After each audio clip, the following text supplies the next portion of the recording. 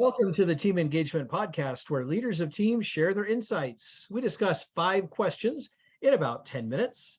And I'm very pleased to introduce our guest today. This is Ann Andrews. She is the founder and CEO of Techfunic. And we are very excited to have you here, Ann. And you have offices based in both San Francisco and New York. So I'm very excited to hear about what you're doing. Tell the audience a little bit more about Techfunic and you and whatever else you'd like to share.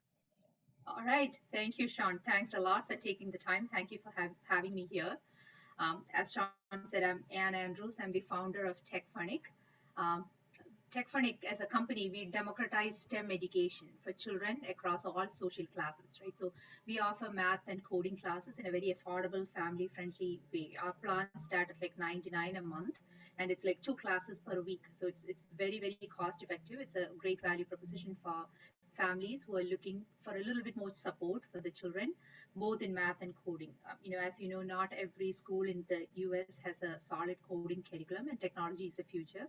So it's important for children to start early on so that they become comfortable with career options in technology, and that's what I bring to the table. And also, we do it in small groups. I strongly believe that children should learn together, just as adults. We achieve more in terms when working together. Why wouldn't children learn together in small groups, right? And it's very, very effective for children on the ADHD spectrum, maybe, right? So it helps them focus more.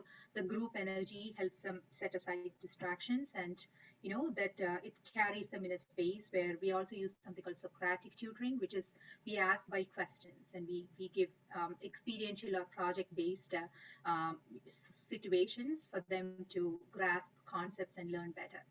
So that's what we do, and parents can subscribe. It's 100 a month, and very affordable for every family. That's what we do. We've been in the market for 2 years now. We are slowly building ourselves up, growing and learning every day as to how to serve this country and the children better. Well, that's kind of the ongoing battle, isn't it? To always find new ways to do things. But I love what you're Yeah. doing, Ann, in helping our young people learn more about STEM-related issues. And I love the small group format as well. So thank you for the efforts that you're making. Let's jump to our questions. Our first question: share a time when you had maybe a conflict with a co-founder or a coworker and how you resolved it. Hmm. It's very common, right? Whenever humans work together, it always happens. So I'm a solo founder. I don't have a co-founder yet. That's not to say that I'm not open to co-founders, right? I started Techfunic. I started the journey by myself, and I'm growing, and I'm looking for business partners to take up, like, marketing is a function, finance is a function, technology is a function, right? So for all of those functions, I'm looking for the right people with the entrepreneurial spirit who, sweat equity is always out there to kind of come build the startup with me. But having said that, the journey as a solo founder has been wonderful as well, right? There's pros and cons to both, I would say. Very much like being a solo parent, it comes with absolute freedom, which also comes with absolute responsibility, right? So you have to motivate yourselves to build and keep building persistent every day.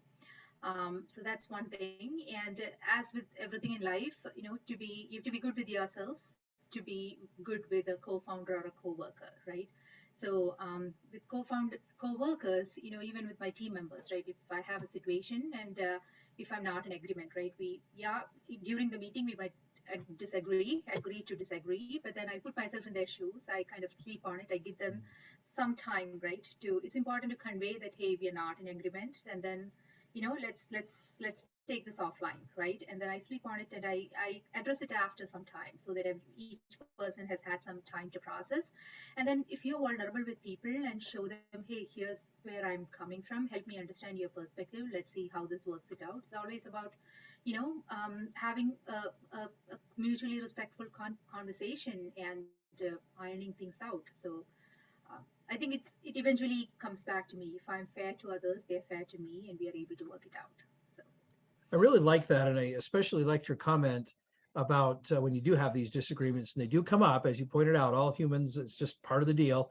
But I like how you said, put yourself in their shoes and to try and look at it from their perspective. I think that's a really important part of conflict resolution in any situation, is to do your best to look at it from the other person's perspective. So thank you for sharing that. Well, question number 2, and I'm sure that you've heard the phrase that people don't leave jobs, they leave managers. What's something that a leader can do to help their people stick around a little bit longer? Hmm. It's So it's interesting that you said that, right? I've had people stay with me for long periods. I have stayed with managers just because, hey, I love working for this person and I want to be there. I kind of like, they're vulnerable. They're very um, I know what they're going through, and I want to be there to support them. When have I felt that way, and how do I inspire that in people who are part of my team, right? So that's an everyday journey, as in any leadership position. So one is to give them space and freedom, right?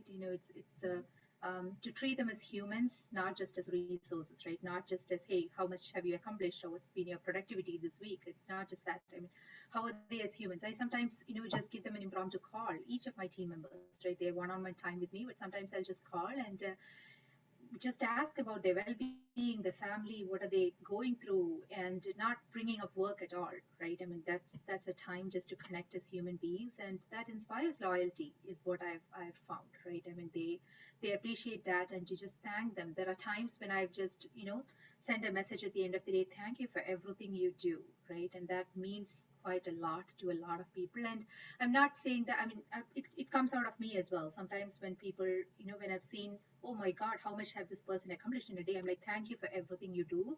You don't have to, and yet you are. So just being functioning from a space of gratitude goes a long way. Building loyalty takes time. So I've heard of people. I mean, people are very happy when they have great managers to look up to and respect. Right. There are times in my own journey when I've not been great with myself, when I've been stressed and I would take it out on the team, and I've had people walk out on me as well. I've faced that, right? But I've learned from that, and you know what, I really have to be good. So after that, and that costs you, right? When one person works out from your company, that costs you, takes you time to hire. Hiring is expensive, and training and onboarding the next person, it could be the expense of 3 to 4 months of growth that happens. So it's very important to be really good with yourself, so that you show up every day in front of your team as a seasoned, mature leader that they can count on and bank on. So Mm. it's a journey of personal growth and transformation, I would say. Great comments. And I really liked your perspective on gratitude and Yep. showing them gratitude and helping them to feel that sense of my work is appreciated and valued. And I cannot emphasize that enough. That's a great comment. Thank you. Well, question number 3, give us one tip or idea on how leaders can build resilience in a team. Hmm. So that's a multi-pronged question, right? Resilience is multifaceted, right? What does that mean? Strong teams support each other, right? They're there for each other. They have each other's back. They perform, function individually. They also, get more done as a group just by being a sounding board. Not working in silos, working cohesively as a team. So what I do, I mean, there are times when I've tried to, like, very prescriptively, hey, let's do this, and then they become order takers, right? Your team is becoming order takers, and they're just doing that without, being able to explore their creativity.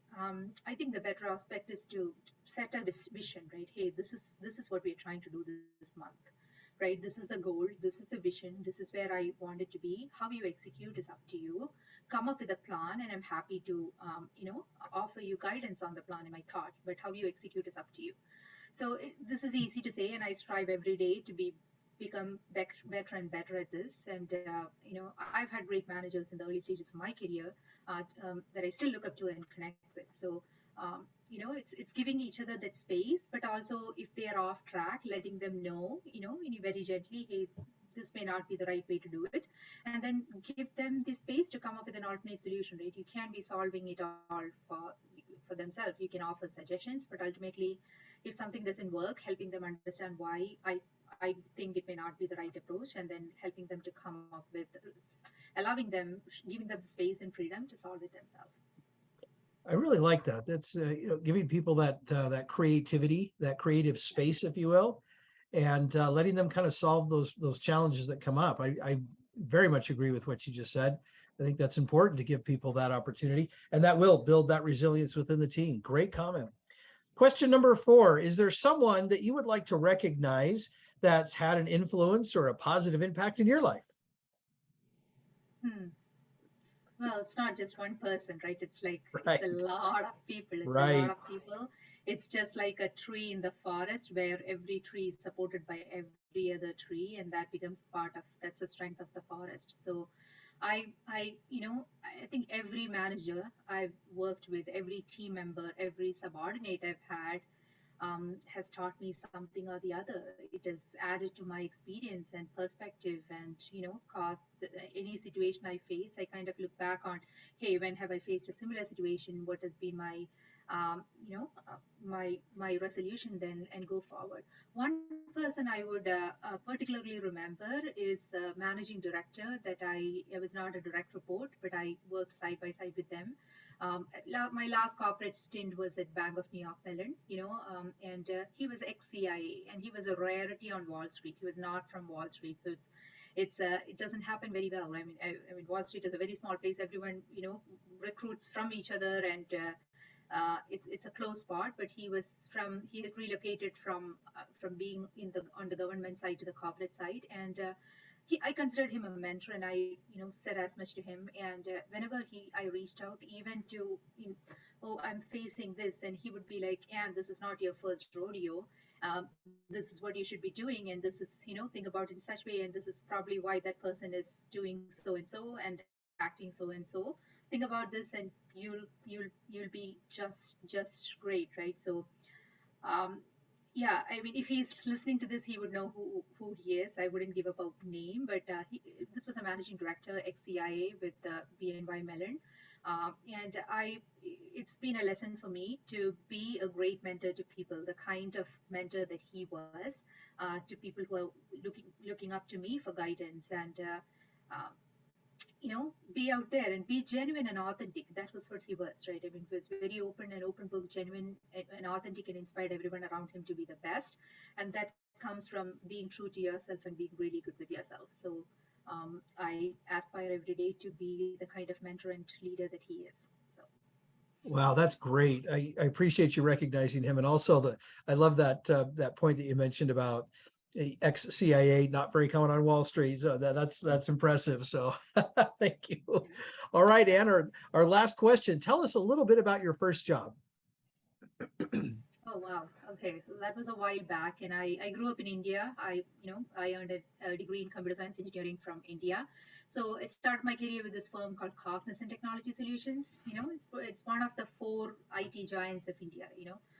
Side by side with Infosys and the Wipros.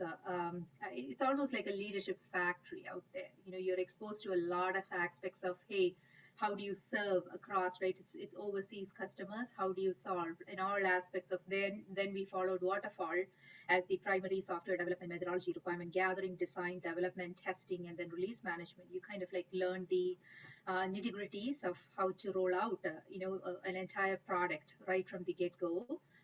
And it's been in less than 2 years. From development to testing to release management to documentation, you kind of go through multiple roles, and it's been a and I've had amazing leaders to work with, and it was a very mature organization which offered training and coaching and all kinds of resources, right?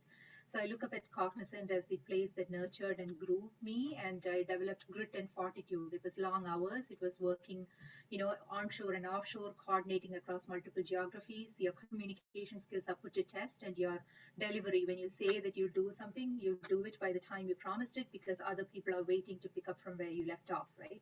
So you develop that, and it's played a huge part in and has built who I am today. So very grateful for the formative years that I had with Cognizant, when it was mostly application and product development, service, and client delivery roles across the US, mostly in pharma, telecom, finance industries. Partnering with India, China, Argentina. So I've had that very global experience early on in my Wow, career. Yeah, that's impressive. For a first job, I mean, some great yeah. exposure to business, entrepreneurship, and Right. all of those things. So that's a fantastic first job. Well, Anne, thank you so much for being on the podcast today. Thank you so much for taking time and sharing your insights, all those great things. How can people find you?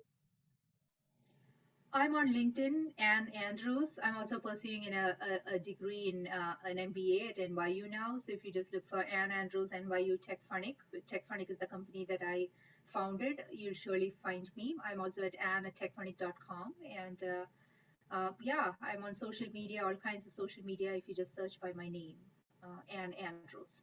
Yeah. Very good. All right. Thank you very much. This is Sean Richards with the Team Engagement Podcast, where leaders of teams share their insights. For more ideas, go to teamengagementpodcast.com. And we also encourage you to follow or subscribe to the podcast, whether it's the video version or the audio version. Thank you very much for joining us today. Have a great day.